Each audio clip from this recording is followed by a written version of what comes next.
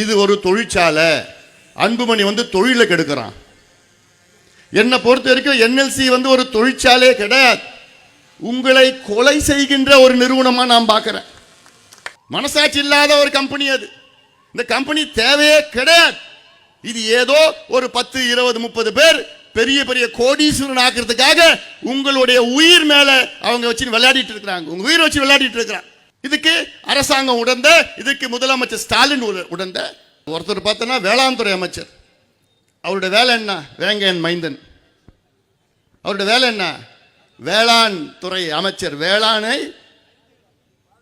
பாதுகாக்கணும், விவசாயத்தை பாதுகாக்கணும், விவசாயத்தை மேம்படுத்தணும், விவசாயிகளை பாதுகாக்கணும், விவசாய மண்ணை பாதுகாக்கணும். ஆனால் இவர் புரோக்கர் வேலை பண்ணிட்டு இருக்கிறார். என்ன வேலை? நிலம், என்எல்சிக்கு நிலம் வாங்கி கொடுக்குற வேலை. ஒரு பக்கம் பயன்படுத்துவானுங்க, இன்னொரு பக்கம் காசு கொடுக்குறையா, உனக்கு நான் வேலை வாங்கி தர்றையா, நீ வாயா அப்படின்னு பேசி உடச்சி அவங்கள பண்ணுறது. மானங்கிட்ட தொழிலை இதுக்கு பதிலாக வேற ஏதாவது தொழில் பண்ணிட்டு போகலாம். மானங்கிட்டவனுங்களா? ஏயா நாளைக்கு யாரையா உன் பிள்ளைங்க, உன் பேர பிள்ளைங்களை யாரையா சோறு போடுவா? எங்க இந்த சோறு கிடைக்குங்க? எங்கயா பிச்சை எடுக்க போற சோறுக்கு? எங்க என்ன நம்ம என்ன ஆந்திரா கிட்ட பிச்சை எடுக்க போறோமா? இல்ல தாய்லாந்து, லாவோஸ், கம்போடியா, வியட்நாம் கிட்ட போய் பிச்சை எடுக்க போறோமா? ஐயா நாங்க எங்க மண்ணை அழிச்சிட்டோம்யா, எங்க மண்ணை அழிச்சு நாங்க தொழிற்சாலையை கொண்டு வந்துட்டோம்யா, எங்களுக்கு மண்ணை அழிச்சு நாங்க கரண்ட் கொண்டு வந்துட்டோம்யா, எங்களுக்கு சோறு இல்லையா ஐயா, எங்களுக்கு யாராவது சோறு போடுங்க ஐயா. 2 அமைச்சர் எம்ஆர்கேவும் நம்முடைய கணேசன் அவர்கள் 2 பேருமே வரிஞ்சு கட்டி, எதுக்கியா நீங்க என்எல்சி பக்கத்துக்கு நீ வரிஞ்சு கட்டிட்டு நீ போற? அவனால உனக்கு என்ன, இந்த மக்களுக்கு என்ன பிரயோஜனம், என்ன பயன்? நீங்க சுவாசிக்கிற காத்துல விஷம் இருக்குது, நீங்க குடிக்கிற தண்ணியில மெர்க்குரி விஷம் இருக்குது. அவ்வளோ காலமா ஒரு நிறுவனம் உங்களுக்கு தினம் தினம் விஷத்தை கொடுத்துட்டு இருக்கிறான். அதை பார்த்துட்டு சும்மா இருக்கிற ஆட்சி இன்னும் அவங்களை ஊக்குவித்து அவனுடைய நிலத்தை, உங்க நிலத்தை இன்னும் வேணும், இன்னும் வேணும், இன்னும் வேணும். எதுக்கு அவனுக்கு வேணும்? இந்த 3வது நிலக்கரி சுரங்கம் வரக்கூடாது, வரவே கூடாது, வர விட மாட்டோம். ஒரு பிடி மண்ணை கூட எடுக்க விட மாட்டேன். இந்த அன்புமணி ராமதாஸ், இது நான் வளர்ச்சிக்கு எதிரானவன் கிடையாது. நம்முடைய மண்ணை யார் அழிச்சாலும் அவனை நான் எதிர்ப்பேன். நான் யார் இருந்தாலும் சரி அவனை நான் எதிர்ப்பேன். இங்க மண்ணையும் மக்களையும் யார் அழிச்சாலும் இங்க அங்க போய் முதல்ல நிற்பேன். தினம் நீங்க விஷத்தை சுவாசிச்சிருக்கிறீங்க, விஷத்தை தண்ணி மூலமா உங்களுக்கு விஷத்தை குடிக்கிறீங்க. மண்ணில விஷம் இருக்குது, தண்ணியில விஷம் இருக்குது, காத்துல விஷம் இருக்குது. ஆனா இது எவனாவது டெஸ்ட் பண்ணி உங்களுக்கு சொல்லியிருக்கிறானா? இது ஒரு கவர்மெண்ட் ஐயா அது நடத்துறவங்க, கட்ட பஞ்சாயத்து நடத்திட்டு இருக்கிறானுங்க. மக்களை பத்தி ஏதாவது கவலை இருக்கா அவங்களுக்கு? அரசாங்கத்துக்கு இல்ல. அவங்களுக்கு வேண்டியது காசு, லஞ்சம், பணம், டப்பு, துட்டு. யாருமே 50, 60 வயசுலாம் தாண்டறதுக்கு கஷ்டம். இது ஒரு மருத்துவனா நான் சொல்றேன், ஒரு டாக்டரா நான் சொல்றேன். அவ்வளோ மோசமா இந்த என்எல்சி காரன் உங்களை நாசப்படுத்திட்டு, உங்க வாழ்க்கையை நாசப்படுத்திட்டு, உங்கள் பிள்ளைகள் குழந்தைகளுடைய வாழ்க்கையை நாசப்படுத்திட்டு இருக்கிறான். சின்ன குழந்தை சின்ன வயசுலயே மூச்சு திணறல் ஏன் வருது? என்எல்சி காரன் தான். உங்களுக்கு குடிநீர் பிரச்சனை ஏன் வருது? என்எல்சி காரன் தான். கடல் நீர் உள்ள வாங்கிட்டு உப்பு நீர் வந்துருச்சு, உங்க போர் போட்டா உப்பு நீர் வருது, ஏன் வருது? இந்த படுபாவி என்எல்சி காரன் தான். அவனுடைய சுயநலம் தான். இங்க ஏமாளிகள் தான், ஏமாளிகள் தான். மதுரைக்காரங்க அவங்க நல்ல விவரமானவங்க. என் பின்னால நீங்க எல்லாம் போராடுங்க, நான் தயாரா இருக்கிறேன், போராட்டத்துக்கு நான் தயாரா இருக்கிறேன். என் பின்னால நீங்க வாங்க, என்ன நம்புங்க. உங்க ஒரு பிடி மண்ணை கூட எடுக்க விட மாட்டேன் நான். இது ஏதோ நான் இந்த என்எல்சிக்காக, நான் இந்த மண்ணையும் மக்களையும் நேசிப்பவன். விவசாயிகள் என்னுடைய கடவுளா நான் பார்க்கிறேன். எனக்கு சோறு போடுறது, எனக்கு மட்டும் இல்லை, உலகத்துக்கு சோறு போடுறது விவசாயிகள் கடவுள். கடலூர் மாவட்டத்தில் 9 எம்எல்ஏ தொகுதி இருக்கு, சட்டமன்ற தொகுதிகள். ஒரே ஒரு தொகுதியிலும் திமுக டெபாசிட் வாங்கக்கூடாது. இந்த என்எல்சி நிறுவனம் என்பது கிட்டத்தட்ட 1956 அடிக்கல் நாட்டப்பட்டு 66 மின்சாரம் தயாரித்து கொண்டிருக்கிறது. இந்த மின்சாரம் எப்படி என்றால், உங்களுடைய நிலத்தை உங்களிடம் கையகப்படுத்துவதென்றால் நீங்கள் யாருமே நீங்கள் தானா நீங்கள் போய் அது கொடுக்கல, நிலத்தை கொடுக்கல. அவங்க வந்து உங்கள் மண்ணிலேருந்து உங்களை துரத்தி, அச்சுறுத்தி, காவல்துறை வைத்து பயம்படுத்தி உங்களை துரத்தி விட்டுட்டாங்க. அப்படிப்பட்ட அந்த மண்ணில் தான் இந்த என்எல்சி நிறுவனம் அந்த மண்ணை இப்போ இந்த நிறுவனம் எப்படின்னா ஓப்பன் காஸ்ட் மைன்னா அது வெளியில் சிலது மைன் சில சுரங்கன்னா உள்ள பாதாளத்துக்குள்ளே போய் அந்த நிலக்கரி எடுப்பாங்க. ஆனால் இது வந்து ஓப்பன் காஸ்ட்னா வெளியிலே மண்ணெல்லாம் வெளியில் அள்ளிட்டு அதுக்கு கீழே 50 அடியோ 100 அடிக்கோ கீழே இருக்கிற பழுப்பு நிலக்கரினா லிக்னைட், இது மோசமான நிலக்கரி. இதை எடுத்து இதை எரித்து சாம்பல் ஆக்கி இதில் வந்து மின்சாரம் கொஞ்சம் கொடுத்துட்ருக்குறாங்க. ஒரு 70 ஆண்டுகளுக்கு முன்பு நமக்கு தமிழ்நாட்டில் மின்சாரம் தேவைப்பட்டது. அதனால் என்எல்சி நிறுவனம் அப்போ தேவைப்பட்டது நமக்கு. இன்னைக்கு மின்சாரம் தேவைப்படலை. ஏன் தேவைப்படலைன்னா தமிழ்நாட்டில் ஆண்டுதோறும் அதாவது தமிழ்நாட்டினுடைய மின் தேவைகள் வந்து 18,000 மெகாவாட், மின் உற்பத்தி வந்து 36,000 மெகாவாட். இன்னைக்கு ஒட்டுமொத்தம் தமிழ்நாட்டில் அரசு தனியார் மத்திய அரசு எல்லாம் சேர்த்து 36,000 மெகாவாட் மின் உற்பத்தி தமிழ்நாட்டில் நடக்குது. ஆனால் தேவை எவ்வளோ? அதில் பாதி 18,000 தான், அதுவும் கோடை காலத்தில். அப்போ என்எல்சி உடைய தேவைகள் இன்னைக்கு இல்லை. அன்னைக்கு இருந்தது, நம்ம நிலம் கொடுத்தோம், மின்சாரம் கொடுத்தாங்க. இன்னைக்கு என்எல்சி உடைய தேவைகளை முடிஞ்சு போச்சு. மின்சாரம் இன்னைக்கு வெவ்வேறு வகையில் வருது. புதுப்பிக்க வல்ல எரிசக்தின்னு ரினியூபிள் எனர்ஜின்னு சொல்றது. இந்த ரினியூபிள் எனர்ஜினா காற்று ஆலைகள் மூலமாக 9,000 மெகாவாட் மின்சாரம் தமிழ்நாட்டில் தயாரிக்கிறாங்க. சோலார் சூரிய ஒளி மூலமா மின்சாரம் 15,000 மெகாவாட். நீர் மின்சாரம் வாட்டர் ஹைட்ரோ எனர்ஜி, அதில் நீர் மூலமாக தயாரிக்கிறது. கடலுடைய கரண்ட்ல தயாரிக்கிறது.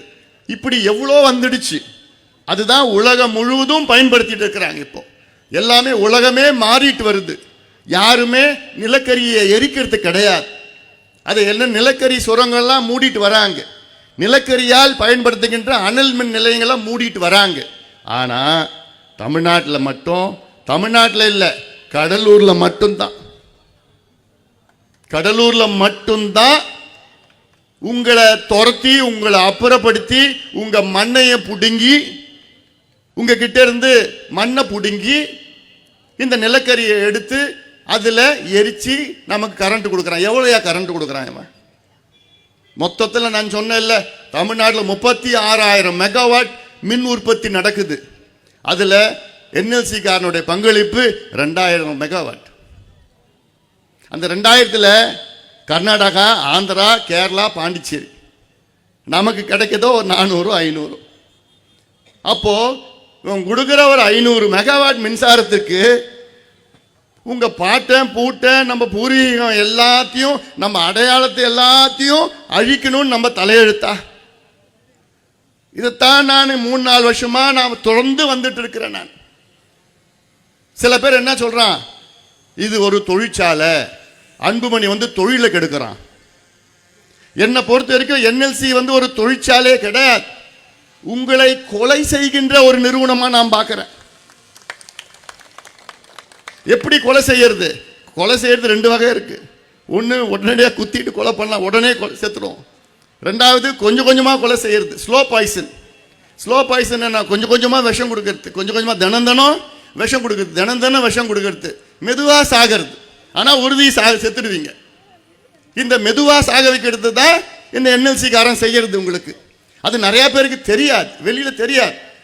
இங்கே வந்து நான் போராடுறேன், பொதுக்கூட்டம் போட்டேன், 3 நாள் இங்கேயே நடைபயணம் பண்ணேன், பூட்டு போடுற போராட்டம் நடத்தினேன், முற்றுகை போராட்டத்தில் நடத்தினேன், அதுக்கு முன்பு கருத்து கேட்கிற கூட்டத்தை நடத்தினேன், 100 விவசாய சங்க தலைவர்கள் வச்சு நான் கூட்டத்தை போட்டேன். அதன் பிறகு ஒரு கடையெடுப்பு போராட்டத்தையும் நடத்தணும். எதுக்கு நடத்தணும்? உங்களை காப்பாற்றுவது என்னுடைய நோக்கம். உங்களை மட்டும் இல்ல, உங்க மண்ணையும் நம் மண்ணையும் காப்பாற்றுவது என்னுடைய நோக்கம்.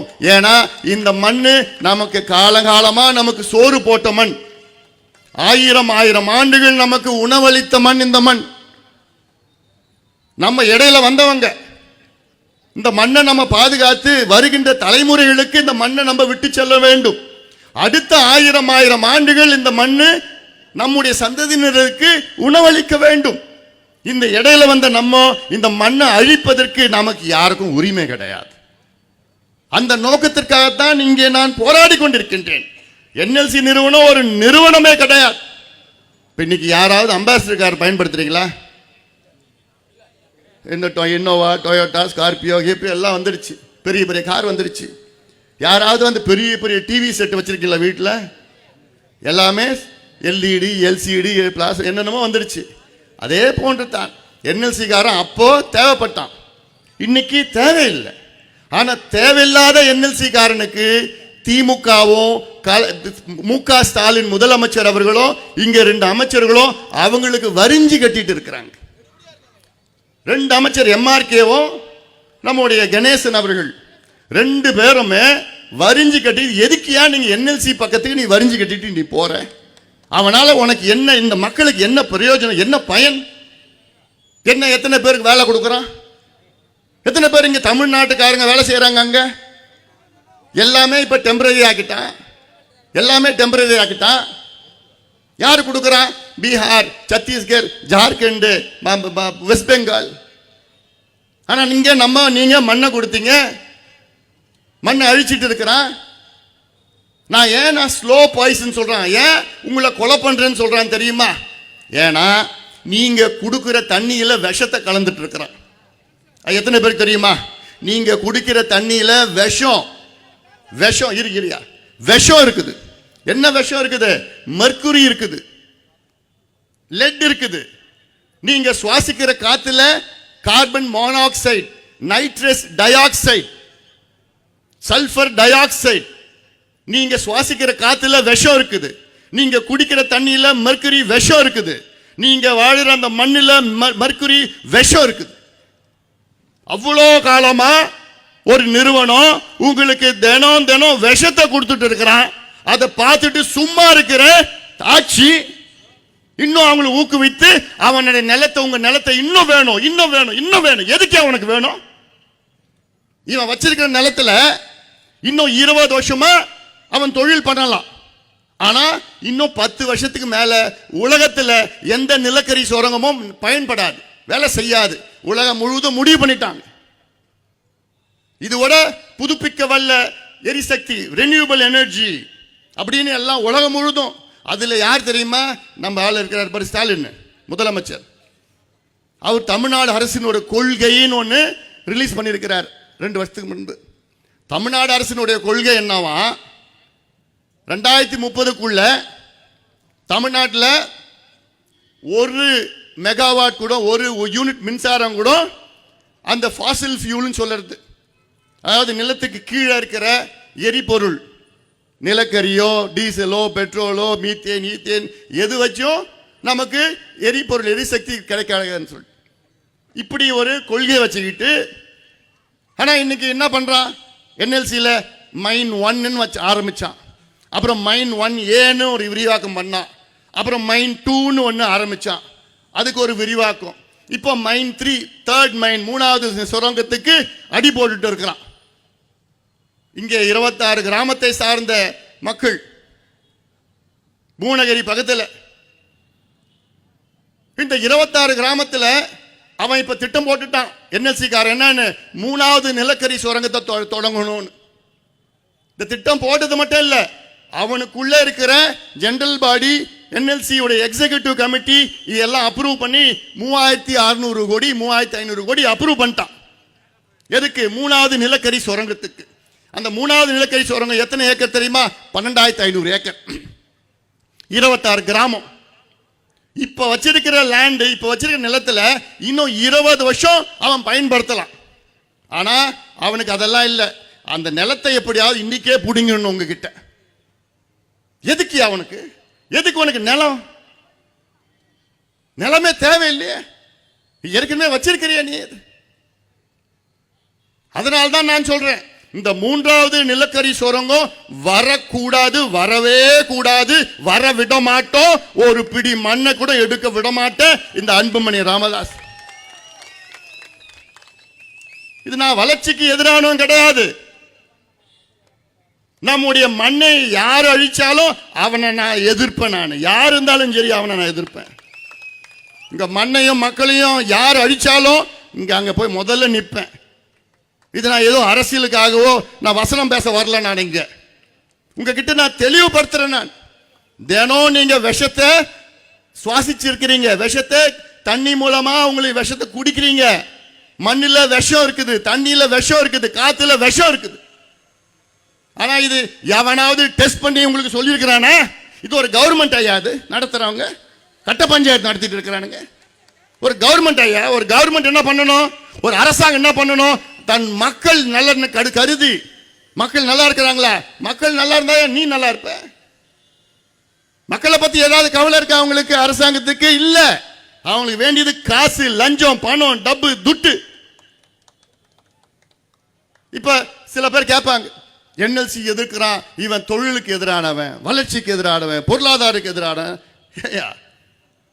நான் இவ்வளோ காரணம் சொல்லிட்டு இருக்கிறேன். இப்ப இங்க கடையெல்லாம் வச்சிருக்கிறீங்க, என்எல்சி டவுன்ஷிப்ல கொஞ்சம் பேர் வாழ்ந்துட்டு இருக்கிறாங்க. சுத்தி நாங்க தொழில் பண்றோம், கடை வச்சிருக்கிறோம், என்எல்சில கான்ட்ராக்ட் பண்றோம். இதெல்லாம் யார் பண்றது? நீங்க பண்றீங்களா? இங்க இருக்கிற மண்ணின் மைந்தர்கள் யாராவது பண்றீங்களா? இல்ல.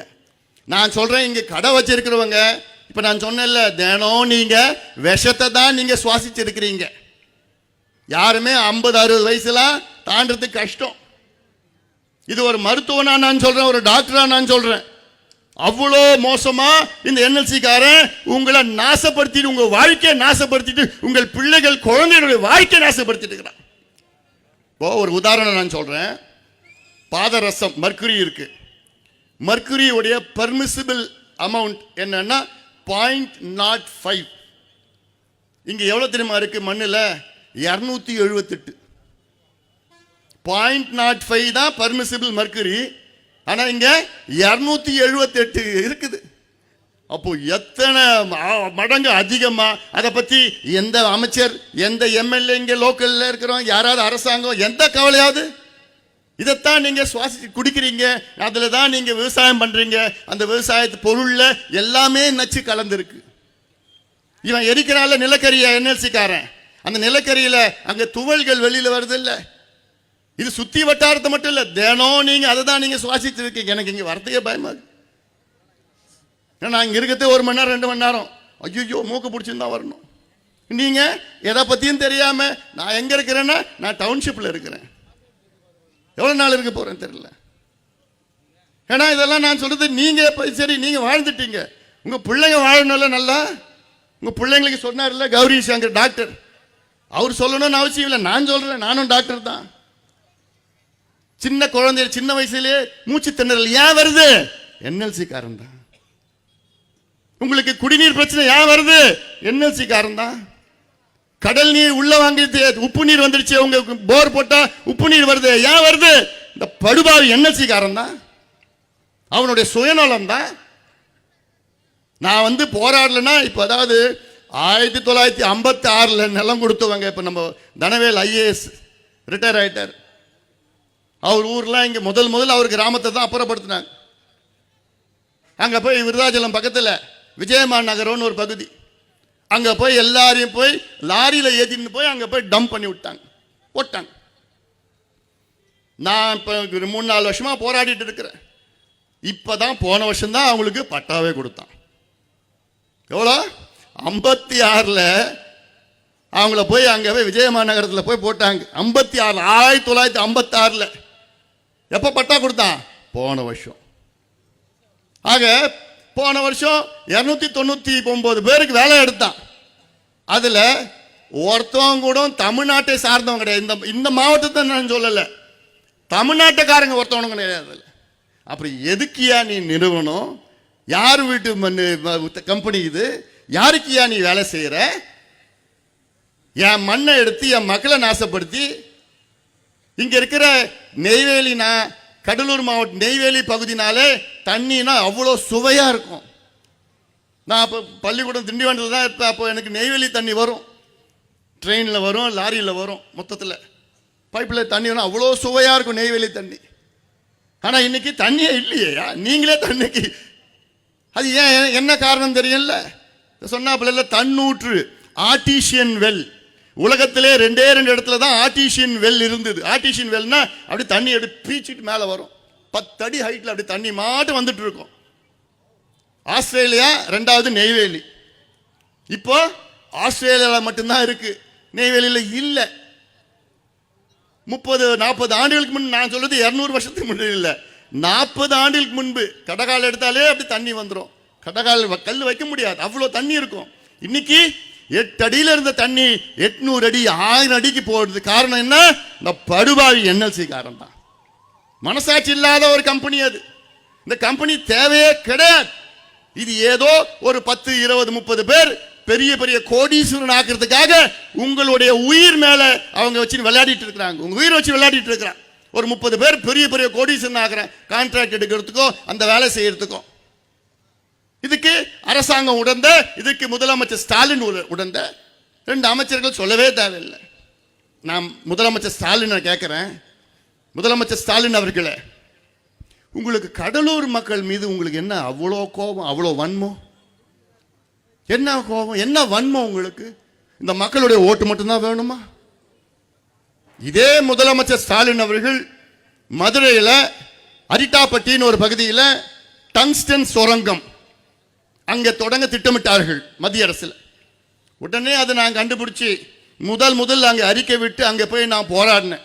அதன் பிறகு மற்ற கட்சி எல்லாம் வந்து போராட்டம் அழுத்தம் கொடுத்தவுடன் அப்புறம் தான் ஸ்டாலினுக்கு அவருக்கு ஐயோ மக்கள் போராட ஆரம்பிச்சிட்டாங்க. உடனே சட்டமன்றத்துக்குள்ள பேசுறார் ஸ்டாலின் முதலமைச்சர். என்ன பேசுறார்? என்னுடைய முதலமைச்சர் பதவி போனாலும் ஒழிய நான் அதை முதலமைச்சர் பதவி கூட நான் தூக்கி போடுவேன், ஆனால் மதுரையில் அங்க அரிட்டாப்பட்டியில் டங்ஸ்டன் சுரங்கம் வர விட மாட்டேன்.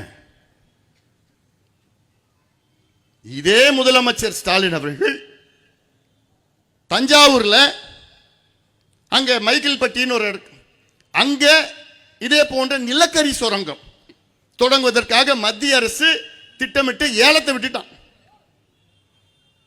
6 சுரங்கம். அந்த 6ல் 3 கடலூர் மாவட்டம், மீதி 3 அரியலூர்லயும் தஞ்சாவூர்ல. உடனே ஸ்டாலின் அவர்களுக்கு கோவம் வந்துடுச்சு. என்னடா சொல்ற? சட்டசபையில் கேட்கிறார் ஸ்டாலின் அவர். ஆவேசம் வந்துச்சு அவருக்கு. நான் டெல்டாக்காரன். யார் சொல்றது? முதலமைச்சர் ஸ்டாலின். நான் டெல்டாக்காரன், காவிரி டெல்டாவில் நிலக்கரி சுரங்கம் வர விட மாட்டேன். கோபமா ஆவேசமா பேசுற ஸ்டாலின். ஸ்டாலின் அவர்களே, கடலூர் மாவட்டத்தில் என்எல்சி காரன் 3வது நிலக்கரி சுரங்கம் தொடங்குவோன்னு அவனுக்குள்ளே இன்டர்னல் பர்மிஷன் கொடுத்துட்டான், நிதி ஒதுக்கீடு செஞ்சான், அனுமதி கொடுத்துட்டான். போன வருஷம் மத்திய அரசும் அனுமதி கொடுத்துடுச்சு. இப்போ அந்த ஃபைல் யார்கிட்ட இருக்கு? யார்கிட்ட இருக்கு இந்த ஃபைல்? முதலமைச்சர் ஸ்டாலின். தமிழக அரசிடம் அந்த ஃபைல் வந்திருக்குது, அப்ரூவலுக்கு வந்திருக்கு. முதலமைச்சர் ஸ்டாலின் அவர்கள் அப்ரூவல் கொடுத்தாருன்னா நீங்க 26 கிராமத்து மக்கள் கிளம்புங்க. நீங்க கிளம்பிடணும். கிளம்பிடுவீங்களா? கிளம்பிடுவீங்களா? நீங்க கிளம்பினாலும் சரி, நான் விட மாட்டேன். இல்ல என்னன்னா, இங்க இருக்கிற அமைச்சர்கள், அதாவது ஒருத்தர் பார்த்தோன்னா வேளாண் துறை அமைச்சர், அவருடைய வேலை என்ன? வேங்கையன் மைந்தன். அவருடைய வேலை என்ன? வேளாண் துறை அமைச்சர். வேளாணை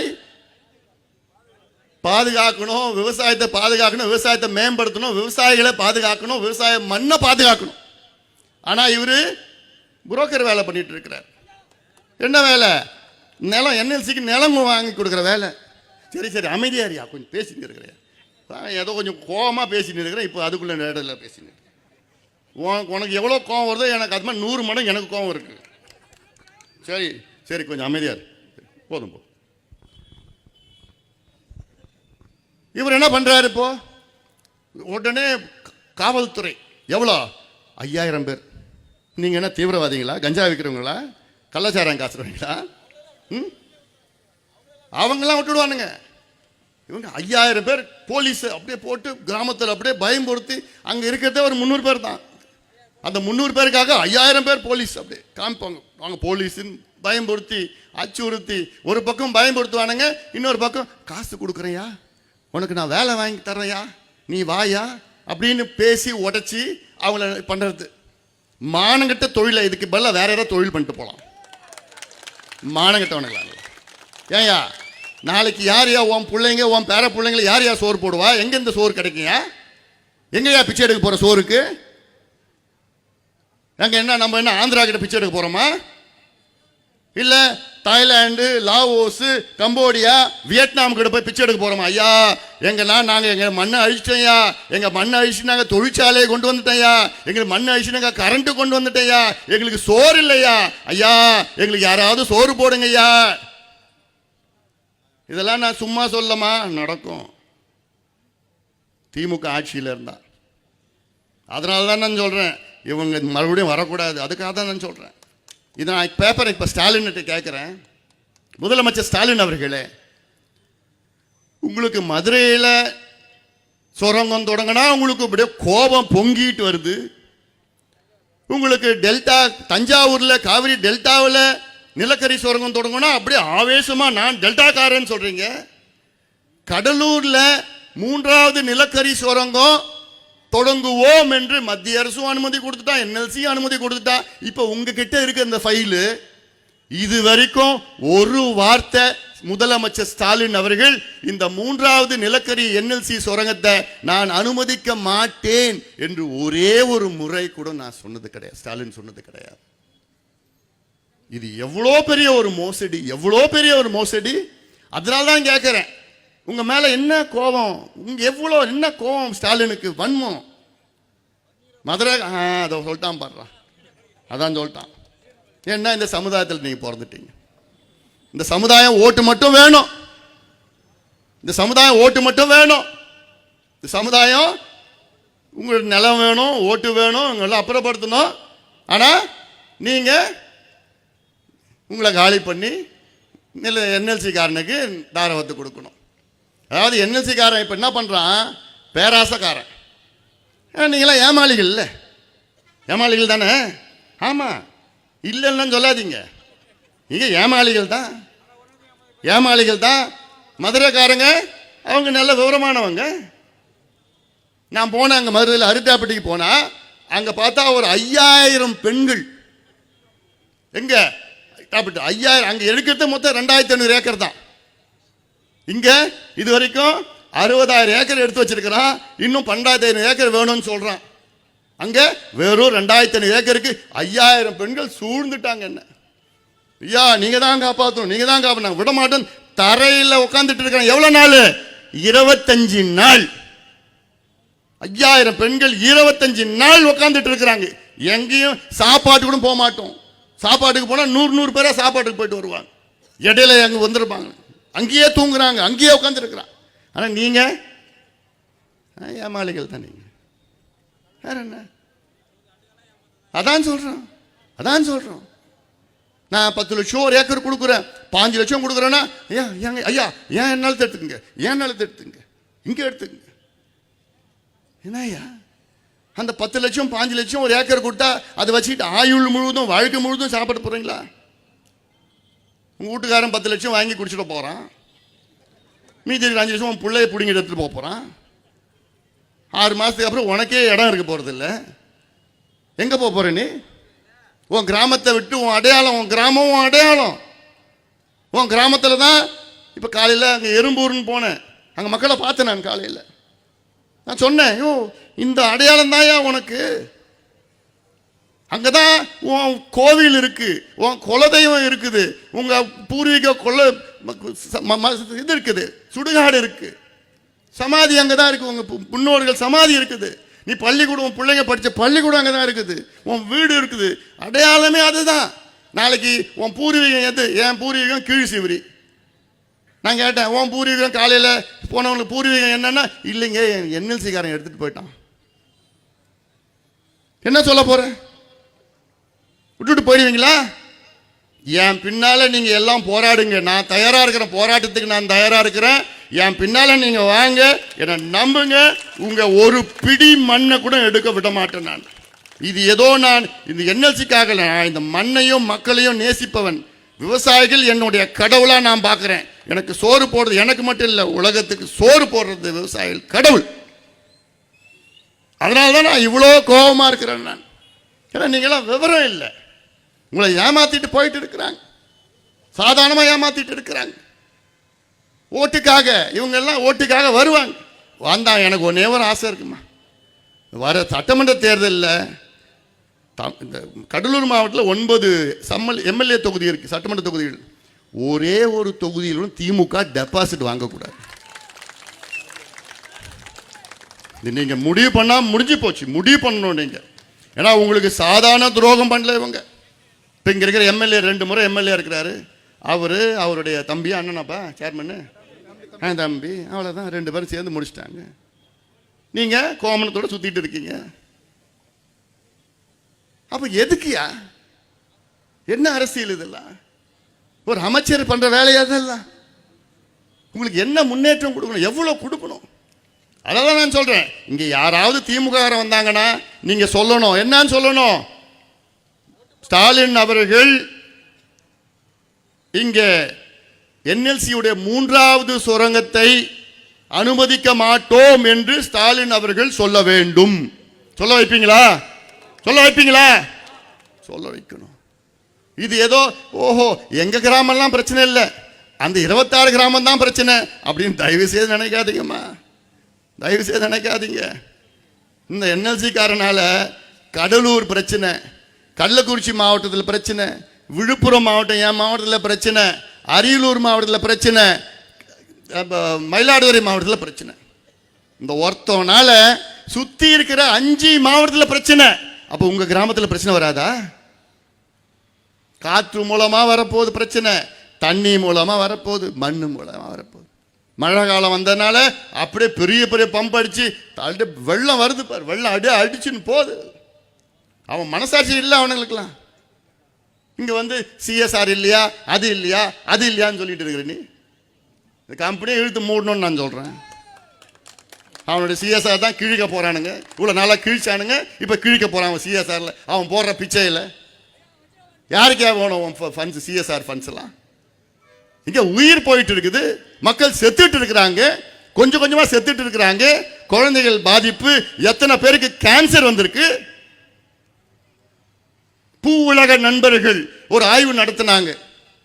அவங்கெல்லாம் சயின்டிஃபிக் ஆய்வு நடத்துறாங்க. சயின்டிஃபிக்கா அந்த ஆய்வுல மோசமான சூழல் இருக்கிறதுன்னு சுத்தி வட்டாரத்தில், இங்க இருக்கிற கடையிலிருந்து சுத்தி தொழிலிருந்து இங்க இருக்கிற வாழ்ந்து கொண்டிருக்கின்ற வீடுகள் எல்லாம் உங்களுக்கு ஆபத்து ஆபத்து ஆபத்து. யாரால? என்எல்சியால உங்களுக்கு ஆபத்து ஆபத்து ஆபத்து. உங்க குழந்தைகளுக்கு பேராபத்து. ஆனா எதுவும் கண்டுக்காம நீங்க இருந்துடாதீங்க. கேள்வி கேளுங்கள், கேள்வி கேளுங்கள். கேள்வி கேட்டாதான் உங்களுக்கு நியாயம் கிடைக்கும். நான் கேட்டேன். ஏயா கிட்டத்தட்ட சொன்னாங்கல்ல 10-15 முறை நான் வந்திருக்கிறேன். நான் வந்து போராடி, அதுக்கு முன்பு நம்மளுடைய மருத்துவர் ஆர்ஜி இருக்கார், ஐயா இருக்கிறார். ஐயாலேருந்து 30-40 வருஷமா போராடிட்டு இருக்கிறோம். அன்னைக்கு போராடினது நிலத்தை அப்பதான் கொஞ்சம் கரண்ட் தேவைப்பட்டது. அன்னைக்கு போராடினது நிலத்துக்கு அதிக விலை கொடுங்கன்னு. இன்னைக்கு போராடுறது நிலத்தை எடுக்காதீங்க, போதும், நிலத்தை எடுக்கிறது வேண்டாம். சரி, இப்போ என்ன சொல்லுவாங்க? அதில் 10,000 பேர் வேலை செய்கிறாங்க, அவங்க எதிர்காலம் என்னன்னு கேட்பான். அவங்க குடும்பம்லாம் இருக்குன்னு கேட்பான். 10,000 பேர் வேலை செய்கிறாங்கல்ல. இப்போ நான் ஒரு வழி சொல்கிறேன். 2 வழி இருக்குது. அது வந்து ஒன்று டெம்பரரி, இன்னொன்று வந்து பர்மனெண்ட் தீர்வு இருக்கு. டெம்பரரி என்ன? இங்கே நிலக்கரி எடுக்காதீங்க. வெளிநாட்டிலேருந்து நிலக்கரி எடுத்து கடலூர் போர்ட் மூலமாக எடுத்துகிட்டு வந்து ட்ரெயின் மூலமாக எடுத்து வந்து இங்கே கரண்ட் தயார் பண்ணுங்க. இங்கே எடுக்காதீங்க, தண்ணி எடுக்காதீங்க, தண்ணி உரியாதீங்க, எதுவும் பண்ண வேண்டாம். இது டெம்பரரி. பர்மனன்ட் சொல்யூஷன் ஒன்று இருக்குது. நீங்கள் வச்சுருக்கீங்களா 40,000 ஏக்கர் நிலத்தை அழிச்சாங்கன்னா எப்படி தெரியுமாம்மா? மேலே மண் அப்படியே, மண்ணுனா மேலே மண்ணுனா 5 அடி 10 அடி இல்லை, 100 அடி 150 அடி மண், மேலே மண் அப்படியே எடுத்து அதுக்கப்புறம் நிலக்கரி எடுத்து அந்த மண்ணை அப்படியே விட்டுட்டான். நிலக்கரி எடுக்கிறதுக்கு முன்னாடி என்ன பண்ணுவாங்க? தண்ணி இருக்கும் மண்ணுக்கு கீழே. தண்ணியெல்லாம் பெரிய பெரிய பம்பு 10 அடி 20 அடி அகலமாக இருக்கும். உறிஞ்சி உறிஞ்சி உறிஞ்சி எடுத்தால் தான் அந்த நிலக்கரி எடுக்க முடியும். அதை எடுத்து அழிச்சிட்டாங்க. அந்த மாதிரி அழிச்ச மண், அதில் புல்லு பூண்டு கூட வராது இன்னைக்கு. அந்த அழிச்ச மண் எவ்வளோன்னா 40,000 ஏக்கர் அழிச்சிருக்கிறோம். 40,000 ஏக்கர். 3 போகம் நமக்கு உணவளித்த அந்த மண், சோறு போட்ட மண் அழிச்சிட்டான். சரி, அந்த மண்ணை என்ன பண்ணு? சோலாரை போட்டு விடு, சோலார் பவர் பிளான்ட்டை போடு. இப்போ நீ தயாரிக்கிறது 2200 மெகாவாட். நீ சோலார் போட்டுனா 8000 மெகாவாட் நீ தயார் பண்ணலாம். ஒன்றுமே யாருக்கும் ஒன்றும் பிரச்சனை இருக்க போகுது. இப்போ இருக்கிற 10,000 பேருக்கு அங்கே வேலை கொடு. இதே 10,000 பேருக்கு நீ வேலை கொடு. ஏன் இந்த NLC தூத்துக்குடியில் ஒரு அனல் மின் நிலையத்தை இயங்கிட்டு இருக்கிறானுங்க. இதே NLC தூத்துக்குடியில் கரண்ட் தயாரிக்கிறான். எப்படி தயாரிக்கிறான்? வெளிநாட்டிலேருந்து இறக்குமதி, நிலக்கரி இறக்குமதி பண்ணி அங்கே தயாரிக்கிறான். ஏன் அது இங்கே பண்ண முடியாதவனால? அப்போ இங்கே வேலை கொடுக்கலாம். இதெல்லாம் தீர்வு இருக்கு. ஆனால் அவனுக்கு அதெல்லாம் வேணாம். உங்கள் நிலம் தான் வேணும். எதுக்கு வேணும் தெரியுமா? இதெல்லாம் நிலத்தை உங்ககிட்ட இருந்து பிடுங்கி நாளைக்கு யார்கிட்ட விற்க போறான்? யார்கிட்ட விற்கப்பான்?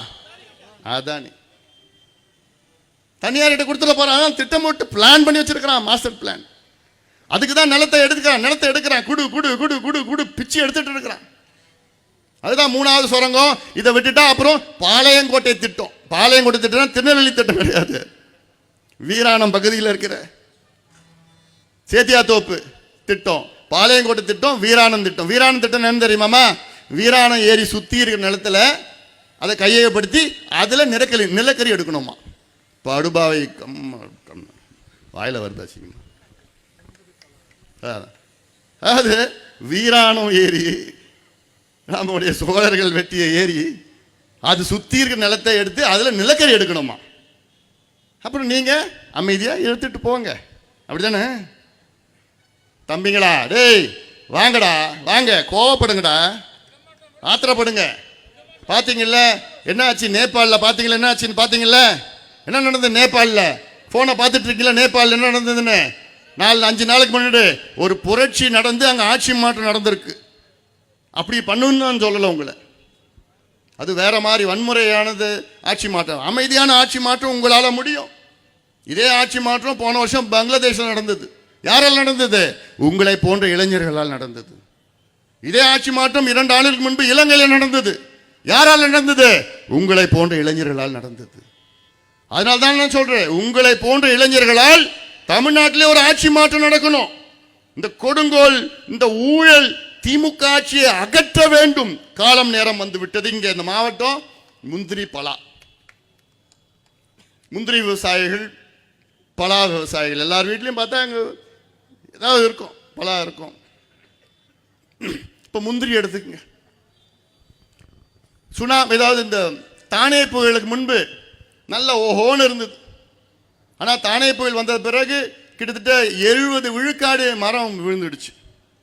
அப்போ என்ன சொன்னாங்க அரசாங்கம்? உங்ககிட்ட ஏமாத்தினானுங்க. நாங்கள் செடி நடுக்கிறோம், ஹைபிரிட் செடி கொடுக்குறோம், 3 வருஷம் 4 வருஷத்தில் காய்க்கிற மாதிரி, அப்புறம் செடி வளர வரைக்கும் நாங்கள் 10 வருஷம் பணம் கொடுக்குறோம், மானியம் கொடுக்குறோன்னு சொல்லி ஏமாற்றி 1 பைசா எதுவும் கொடுக்கல உங்களுக்கு. இன்னைக்கு முந்திரி ஒரு மூட்டை கொட்டை, முந்திரி கொட்டை ஒரு மூட்டை 80 கிலோ ஒரு மூட்டை கொட்டைன்னா இன்னைக்கு 8500 9000 போதும். இதுக்கு முன்பு எப்போ 16,000 18,000 போச்சு. டைம் ஆச்சா? இது முடிச்சு முக்கியமானது. ஏன்னா நம்ம மாட்டில் 2 முந்திரி கொட்டை இருக்காங்க. அதை பற்றி நான் பேசணும். இப்போ கொஞ்ச நாளுக்கு முன்பு ஒரு மூட்டை முந்திரி 4000 5000. இதை நம்பி தான் இவ்வளோ பேர் இருக்கிறாங்க. ஆனால் இங்கே இருக்கிற முந்திரி பருப்பு பார்த்தீங்கன்னா கொஞ்சம் கலராக இருக்கும், ஆனால் சுவையாக இருக்கும். ஆனால் என்ன பண்ணுறானுங்க இங்கே திமுக முன்னாள் MP எல்லாம் திமுக தான் எல்லாம் பண்ணுறதெல்லாம். அவன் என்ன பண்ணுறான்? தென்னாப்பிரிக்காவிலேருந்து, போட்ஸ்வானாவிலேருந்து, கானாவிலேருந்து, மதகாஸ்கர்லேருந்து, ஐவரி கோஸ்ட்லேருந்து எல்லாம் முந்திரி கூட இறக்கி பாலிஷ் பண்ணி அந்த பாலிஷ் பண்ண முந்திரி பெருசாக இருக்கும், வெள்ளையாக இருக்கும், ஆனால் சுவையே இருக்காது, ஊட்டச்சத்தே இருக்காது, அதில் சத்து இருக்காது. அதில் அதான் எடுத்து கொடுக்குறாங்க. அதாவது தமிழ்நாட்டில் 6 மாவட்டத்தில் முந்திரி விளையுது. எல்லாத்துலேயும் அங்கங்கே இருக்குது. ஆனால் அடர்த்தியாக விளையிறது 6 மாவட்டத்தில். அதனால் கடலூர் மாவட்டத்தில் பார்த்தீங்கன்னா தமிழ்நாட்டில் விளையிற முந்திரியில் சாகுபடியில் 3ல் 1 பங்கு கடலூர் மாவட்டத்தில், 3ல் 1 பங்கு சாகுபடி. ஆனால் விளைச்சல்ல, முந்திரி விளைச்சல்ல 48 விழுக்காடு கடலூர் மாவட்டம் கொடுக்குது. சாகுபடி 3ல் 1 பங்கு, விளைச்சல் 48 50%. தமிழ்நாடு உற்பத்தியில் பாதி உற்பத்தி கடலூர்ல. ஏன்னா இந்த மண், இந்த வளம் அப்படி இருக்கு. ஆனா அதுக்கு ஊக்குவிக்கிறதுக்கு அரசாங்கத்தால முடியல. இதுல ஒரு வேளாண் துறை அமைச்சர் நேற்று பேசிட்டு போன, இன்னைக்கு ஒரு அரசு வெளியீடு, செய்தி வெளியீடு என்னன்னு, நாங்க முந்திரிக்கு வாரியம் நாங்கள் அறிவிச்சிட்டோம். எப்போ அறிவிச்சாங்க? எப்போ? 6 மாதத்திற்கு முன்பு. இதைத்தான் நான் சொன்னேன். இதுக்கு எப்போ வாக்குறுதி கொடுத்தானுங்க? இப்போ அந்த புக்கு கொடுறான். வாக்குறுதி எப்போ கொடுத்தாங்க? 2021 தேர்தல் நேரத்தில். என்ன வாக்குறுதி? திமுக ஆட்சிக்கு வந்தால் நாங்கள் வாரியத்தை அமைப்போம், அதுக்கப்புறம் முந்திரி ப்ராசஸிங், முந்திரி அது ப்ராசஸ் பண்ணி வர்றதுக்கு நாங்கள் ஜோன் அமைப்போம். கிழிச்சிங்கடா. 6 மாதத்திற்கு முன்பு 10 கோடி ரூபாய் அறிவிச்சாங்க. அதுல 1 பைசா செலவு பண்ணிருக்காங்க இது வரைக்கும். நேற்று நான் கேள்வி கேட்டோன்னா ஒரு பதில் வருது. இன்னைக்கு அரசு செய்தி வெளியிடு நீங்க பதில் வருது, நாங்க வாரியத்தை அறிவிச்சோம். உங்க அறிவிப்பு பத்தி தெரியாத எனக்கு வெத்து அறிவிப்பு. இதில் தான் காமிச்சிருக்கிறேன். நான் புத்தகத்தை நீங்க படிக்குமா எல்லாம்? விடியல் எங்கேன்னு ஒரு புத்தகத்தை நான் தயார் பண்ணியிருக்கிறேன். இந்த புத்தகம் என்ன தெரியுமா? திமுக 2021 ஆட்சி வருவதற்கு முன்பு உங்களுக்கு கொடுத்த 505 வாக்குறுதிகள், 505 சத்தியங்கள். என்ன சொன்னாங்க திமுககாரங்க? முதலமைச்சர் பிறகு முதலமைச்சர் என்ன சொன்னாரு? 505 சத்தியங்கள் உங்களுக்கு கொடுத்தார். நாங்க ஆட்சிக்கு வந்தவுடன் இதை நிறைவேற்றோம். இது எல்லாமே இருக்கு. அதுல எவ்வளவு தெரியுமா நிறைவேற்றி இருக்கிறாங்க? வெறும் 66 தான். வெறும் 66. 505ல வெறும் 66. நான் சும்மா சொல்லணும்னு நான் சொல்லல, ஒரு புத்தகமே நான் போட்டிருக்கிறேன். புத்தகமே நான் போட்டிருக்கேன். படிங்க, எல்லாத்துக்கும் காமிங்க, சொல்லுங்க. அந்த 505ல 66னா எத்தனை விழுக்காடு தெரியல? 13. 13 விழுக்காடு, 13% அவங்களோட வாக்குறுதிகள் மட்டும்தான் திமுக நிறைவேற்றி இருக்கிறது முழுமையாக. அரைகுறையா கொஞ்சம் பண்ணியிருக்கிறாங்க, ஆனா முழுமையா வெறும் 13%. ஒரு எக்ஸாம்ல பாஸ் பண்ண எவ்வளவு வாங்கணும்? எத்தனை மார்க் வாங்கணும்? 35 மார்க் வாங்கணும். திமுக எத்தனை மார்க் வாங்கியிருக்கு? எவ்வளோ? வெறும் 13மா. ஃபெயில். ஃபெயில் ஆயிடுச்சுமா திமுக. வெறும் 13 மார்க் வாங்கி, 13னா ஃபெயில் தானே? ஃபெயில் ஆயிடுச்சு திமுக. ஃபெயில் ஆன கட்சி மறுபடியும் ஆட்சிக்கு வரலாமா? வர விடுவீங்களா? முடிஞ்சு போச்சு. அவங்களுக்கு நிர்வாகம் தெரியாது, ஆட்சி தெரியாது, என்ன நடக்குதுன்னே தெரியாது. முதலமைச்சருக்கு எதுவும் தெரியாது. லஞ்சம், ஊழல், காசு, கொள்ளை, இதுதான் தெரியும். இதைத்தான் நான் சொல்லிட்டு இருக்கிறேன். அதே மாதிரி பலா விவசாயிகள் கோரிக்கைகள்லாம் என்ன? இந்த முந்திரியெல்லாம் அதை பதப்படுத்தி அதை மதிப்பு கூட்டி, வேல்யூ அடிஷன். உலகம் முழுவதும் முந்திரிக்கு டிமாண்ட் இருக்கு. உலகம் முழுவதும் டிமாண்ட் இருக்கு. எவ்வளோ செய்யலாம், எவ்வளோ நன்மைகள் செய்யலாம். ஆனா அதை பத்தி எந்த எள்ளளவும் இங்க இருக்கிற அமைச்சர்களுக்கோ முதலமைச்சர்களுக்கோ எந்த கவலை, எந்த அக்கறையும் கிடையாது. கேடு கட்டானீங்க என்ன, அவ்வளவுதான். இப்போ முந்திரியே விட்டுட்டாங்க, எல்லாத்தையும் மரத்தெல்லாம் வெட்டிட்டு மாம் போடுறாங்க, வேற ஏதாவது பண்ணிட்டு இருக்கிறாங்க, அவ்வளவுதான். பலா ஹைவேஸ்ல போனா பாவம் அந்த பலா விவசாயிகள். எவ்வளோ சுவையான ஒரு பலாப்பழம். பலாப்பழம், பண்ருட்டி பலாப்பழம், நெய்வேலி பலாப்பழம், கடலூர் பலாப்பழம்னா எவ்வளோ சுவை. ஏன்னா அந்த மண்ணினுடைய மகிமை அது. கேரளாவிலையும் இருக்கு பலாப்பழம், ஒசரமாக மரம் இருக்கும், அதில் சுத்தமாக சுவையே இருக்காது. ஆனால் கேரளாக்காரன் என்ன பண்ணுறான்? அந்த கேரளா பலாப்பழத்தில் 200 வகையான பொருட்களை தயாரிக்கிறான். 200 வகையான பொருட்கள் கேரளாவில். அங்கே கவர்மெண்ட் அங்கே ஈடுபட்டு தனியாக ஒரு ஜோன் வச்சிருக்கிறான். அதில் ஆய்வு பண்ணியிருக்கிறான். ஆய்வு சயின்டிஃபிக் ரிசர்ச் பண்ணி அந்த பலாவை காய வச்சு 1 வருஷம் ஃபுல்லாக யூஸ் பண்ணுறான். பலா பவுடர் யூஸ் பண்ணுறான், பலா பிஞ்சியை பயன்படுத்துகிறான், பலா கொட்டையை பயன்படுத்துகிறான். ஆனால் இங்கே நம்ம ஆளுங்க அதை பற்றி கவலையே இருக்குதா, அக்கறை இருக்குதா? அந்த ரோட்டில் பாவம் பலா எடுத்துகிட்டு போய் அங்கே வரவங்க வண்டிங்கெல்லாம் வித்துட்டு இருக்குங்க. எவ்வளோக்கு விற்றுக்குதுங்க? எவ்வளோ கொடுக்குறான் பலாப்பழத்துக்கு? 10 ரூபா, 5 ரூபா, 20 ரூபா, 25 ரூபா. 10-15 வருஷத்துக்கு முன்னாடி ஒரு பலாப்பழம் 150, 175 போச்சு. இன்னைக்கு 10 ரூபா, 5 ரூபா, 20 ரூபா. இதெல்லாம் யாரால? முதலமைச்சர் ஸ்டாலினும் திமுகவால தான் இதெல்லாம் நடக்குது. அதான் நான் சொல்றேன், இதெல்லாம் எங்ககிட்ட ஒரு வாய்ப்பு கொடுத்து பாருங்க. என்கிட்ட ஒரு வாய்ப்பு கொடுத்து பாருங்க. திமுகவுக்கு நீங்க 3 முறை நீங்கள் வெற்றி கொடுத்தீர்கள். 2019 நாடாளுமன்ற தேர்தலில் 40க்கு 39 தொகுதியிலே திமுக வெற்றி பெற வைத்தீர்கள் தமிழக மக்களே. 2021 திமுகவுக்கு ஆட்சியை கொடுத்தீங்க. 2024 40க்கும் 40 கொடுத்தீங்க. 3 தேர்தலிலும் வெற்றி கொடுத்த தமிழக மக்களுக்கு திமுக உங்களுக்கு மீண்டும் கொடுத்தது ஏமாற்றம். ஏமாற்றம். நாமம் போட்டான், சுவாக பண்ணிட்டான், எல்லாத்தையும் சுவாக ஏமாத்தி காசு காசு காசு கொள்ளடிச்சு நாசப்படுத்திட்டு இருக்கிறார். பெண்கள் நடமாட முடியல. அன்னைக்கு 80 வயசு பாட்டியை கூட்டிட்டு போய் எடுத்துட்டான். என்னன்னா கஞ்சாவில் இருந்தான், போதையில் இருந்தான். இதுதான் கலாச்சாரம். திராவிட மாடல்னா என்ன? தமிழ்நாட்டில் கஞ்சா வைக்கிறது தான் திராவிட மாடல். தமிழ்நாட்டு பெண்களை பாலியல் வன்கொடுமை செய்வது தான் திராவிட மாடல். அதான் நான் சொல்லிட்டு இருக்கிறேன். மது சந்து, டாஸ்மாக் கடையில் சந்து கடை. இந்த ஆட்சியை அகற்ற வேண்டும். ஏமா நீங்க எல்லாம் முடிவு பண்ணுங்க. இன்னைக்கு முடிவு பண்ண வேண்டியது என்னன்னா, அடுத்த தேர்தலில் யார் வர வேண்டும் என்பதை விட யார் வரக்கூடாது என்ற முடிவை இன்னைக்கு எடுங்க.